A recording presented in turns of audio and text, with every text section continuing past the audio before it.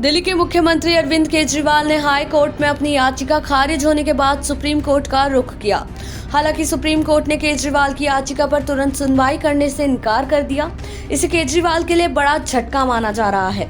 Supreme court में अपनी याचिका में केजरीवाल ने तर्क दिया कि अगर उन्हें आगामी चुनाव में हिस्सा लेने के लिए तुरंत रिहा नहीं किया जाता है तो इससे विपक्षी नेताओं को गिरफ्तार करने की गलत परंपरा स्थापित होगी।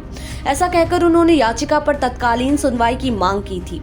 उन्होंने कहा कि ये याचिका आपातकालीन परिस्थिति में दायर की जा रही है क्योंकि दिल्ली के मौजूदा मुख्यमंत्री को चुनावों के बीच ईडी ने अवैध रूप से गिरफ्तार किया है। याचिका में कहा गया है कि केजरीवाल की गिरफ्तारी से आरोपियों की ओर से दिए गए बयानों के आधार पर की गई है, जो बाद में सरकारी गवाह बन गए हैं। ये तर्क दिया गया है कि ऐसे बयान और सबूत पिछले 9 महीनों से ईडी के पास थे और फिर भी लोकसभा चुनाव के बीच में अवैध रूप से गिरफ्तारी की गई है। केजरीवाल ने अपनी याचिका में ईडी की प्रक्रिया पर भी सवाल उठाए हैं। उन्होंने आरोप लगाया है कि ईडी ने खुद का इस्तेमाल होने दिया, जिससे न सिर्फ चुनाव के बीच राजनीतिक विरोधियों की स्वतंत्रता पर हमला किया गया, बल्कि उनकी प्रतिष्ठा और आत्मसम्मान को ठेस पहुंचाई गई। याचिका में कहा गया कि अगर केजरीवाल को आगामी चुनावों में भाग लेने के लिए तुरंत रिहा नहीं किया गया तो ये सत्ताधारी पार्टी की ओर से चुनाव से पहले विपक्षी पार्टी के प्रमुख की गिरफ्तारी की मिसाल होगी, जिससे हमारे संविधान के मूल सिद्धांत खत्म हो जाएंगे। दिल्ली हाई कोर्ट ने अपने फैसले में कहा था कि गवाहों के बयानों पर सवाल नहीं उठाया जा सकता। इसे लेकर केजरीवाल ने सुप्रीम कोर्ट में दलील दी कि हाई कोर्ट इस बात को समझने में विफल रहा है कि सीआरपीसी की धारा 164 के तहत दर्ज बयानों को पूर्ण सत्य नहीं माना जाता है और अदालतें उन पर संदेह कर सकती हैं। इन बयानों को कभी भी तथ्यों की सच्चाई के ठोस सबूत के रूप में इस्तेमाल नहीं किया जा सकता, बल्कि इसे विरोधाभास और गवाह की पुष्टि के लिए इस्तेमाल किया जा सकता है।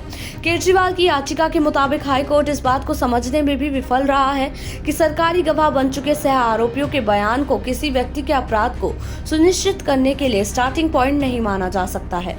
ईडी इस तरह के बयान जबरन दर्ज करवा रही है।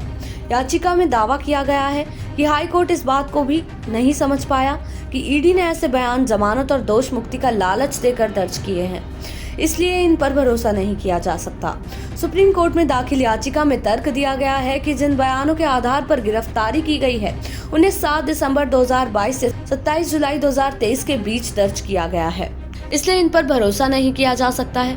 उन्होंने दावा किया है कि पुराने बयानों को पुष्ट करने के लिए 21 मार्च 2024 को गिरफ्तारी से पहले तक कोई बयान दर्ज नहीं किया गया, जबकि prevention of money laundering act यानी पीएमएलए की धारा 19 के तहत ऐसा करना जरूरी है।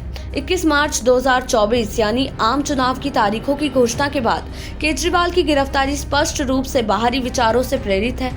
याचिका में कहा गया है कि केजरीवाल को गिरफ्तार करने के लिए सी अरविंद, मगुंटा रेड्डी और शरत रेड्डी के बयानों पर भरोसा किया गया है, लेकिन इन बयानों से दूर दूर तक ये संकेत नहीं मिलता है कि केजरीवाल ने पीएमएलए की धारा 3 के तहत कोई कमीशन का काम किया है। दावा किया गया है कि इन बयानों से केजरीवाल के खिलाफ कोई अपराध नहीं बनता। उन्होंने ये भी दावा किया कि बूची बाबू और राघव मगुंटा के बयान पूरी तरह से झूठे हैं, क्योंकि वो केजरीवाल के साथ किसी भी बैठक में मौजूद नहीं थे। इसके अलावा राघव मगुंटा का बयान उन घटनाओं को शामिल करने की कोशिश करता है जिनके बारे में उनके पिता मगुंटा रेड्डी ने कोई बात नहीं की है। इस याचिका में केजरीवाल की रिहाई और पीएमएलए की धारा 19 के तहत उनकी गिरफ्तारी को अवैध घोषित करने की मांग की गई है।